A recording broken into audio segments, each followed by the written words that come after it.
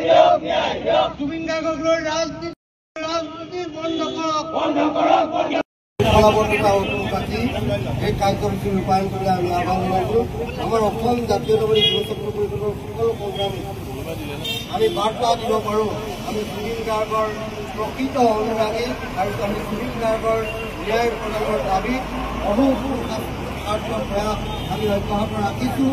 আজিৰ এই ৰাজহুৱা ফাঁচি এইটো প্ৰতিফলিত কাৰ্যসূচী ৰূপায়ণ ফলাবদ্ধতা পাতি এই কাৰ্যসূচী ৰূপায়ণ কৰি আমি আহ্বান জনাইছোঁ। আমাৰ অসম জাতীয়তাবাদী যুৱ ছাত্ৰ পৰিষদৰ সকলো প্ৰগ্ৰাম আমি বাৰ্তা দিব পাৰোঁ। আমি জুবিন গাৰ্গৰ প্ৰকৃত অনুৰাগী আৰু আমি জুবিন গাৰ্গৰ ন্যায় প্ৰদানৰ দাবীত অহোপুৰুষাৰ্থ প্ৰয়াস আমি অব্যাহত ৰাখিছোঁ।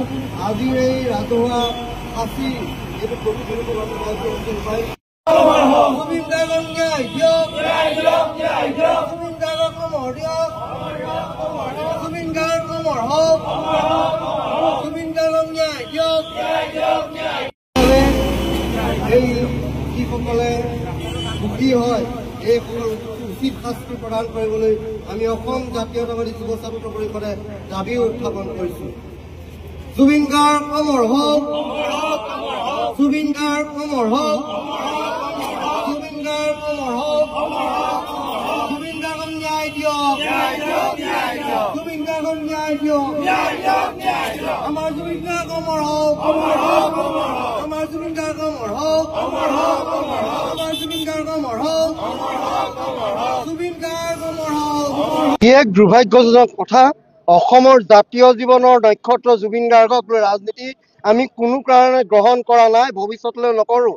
যোৱাকালিৰ পৰা দেখিছোঁ বিজেপি চৰকাৰে যেনেধৰণে জুবিন গাৰ্গক লৈ ৰাজনীতি কৰিছে, ই এক দুৰ্ভাগ্যজনক কথা। আৰু অসমবাসীয়ে এই ক্ষণত এই দলটোক আৰু প্ৰতিটো সংশ্লিষ্ট পক্ষক, প্ৰতিটো ৰাজনৈতিক দলক জুবিন গাৰ্গক লৈ ন্যায় প্ৰদান কৰি জুবিন গাৰ্গক ৰাজনীতি নকৰিবলৈ আমি বিনম্ৰভাৱে আহ্বান জনাইছোঁ। হয়, অসম জাতীয় যুৱ ছাত্ৰ পৰিষদ কেন্দ্ৰীয় কাৰ্যসূচী প্ৰতীকীভাৱে আপোনাৰ দুজন ব্যক্তিক আজি জাতীয় যুৱ ছাত্ৰ সমগ্ৰ অসমত ৰাজহুৱা স্থানত ফাঁচি দিয়াৰ ব্যৱস্থা কৰা হৈছে, শ্যাম কানু মহন্ত আৰু সিদ্ধাৰ্থ শৰ্মাক। আমি আচলতে অতি দুখৰ বিষয় যে জুবিন গাৰ্গৰ এজন ব্যক্তিৰ ন্যায় ক্ষেত্ৰত এনেদৰে জাতীয় যুৱ ছাত্ৰ পৰিষদৰ লগতে সমগ্ৰ অসমবাসী ৰাইজ ওলাই আহিবলগীয়াটো আচলতে জাতিটোৰ কাৰণে খুব দুৰ্ভাগ্যজনক বিষয়। আমি অতি শীঘ্ৰে, আমি আগতেও কৈছোঁ যে অতি শীঘ্ৰে পানী নসৰকা তদন্ত কৰি দোষী বিষয়াক শাস্তি দিয়াৰ ব্যৱস্থা কৰক। সেয়েহে আমি জাতীয় যুৱ ছাত্ৰ পৰিষদে ৰাইজৰ আদালতত সিদ্ধাৰ্থ শৰ্মা, শ্যাম কানু মহন্তক আপোনালোকে নিজে দেখিছে যে ৰাইজৰ আদালতত আমি ফাঁচি দিয়াৰ ব্যৱস্থা কৰিছোঁ। আমি চৰকাৰৰ প্ৰতিও আমি আহ্বান জনাইছোঁ যে অতি শীঘ্ৰে ন্যায় ব্যৱস্থা খুব ক্ষীপ্ৰতাৰে কৰি ন্যায় ব্যৱস্থা কৰি ৰাইজক ন্যায় দিবৰ কাৰণে আমি আহ্বান জনাইছোঁ। নহ'লে আমি জাতীয় যুৱ ছাত্ৰ পৰিষদে গণতান্ত্ৰিকভাৱে এইদৰে কাৰ্যসূচী ঘোষণা কৰিবলৈ কিন্তু আমি বাধ্য হ'ম।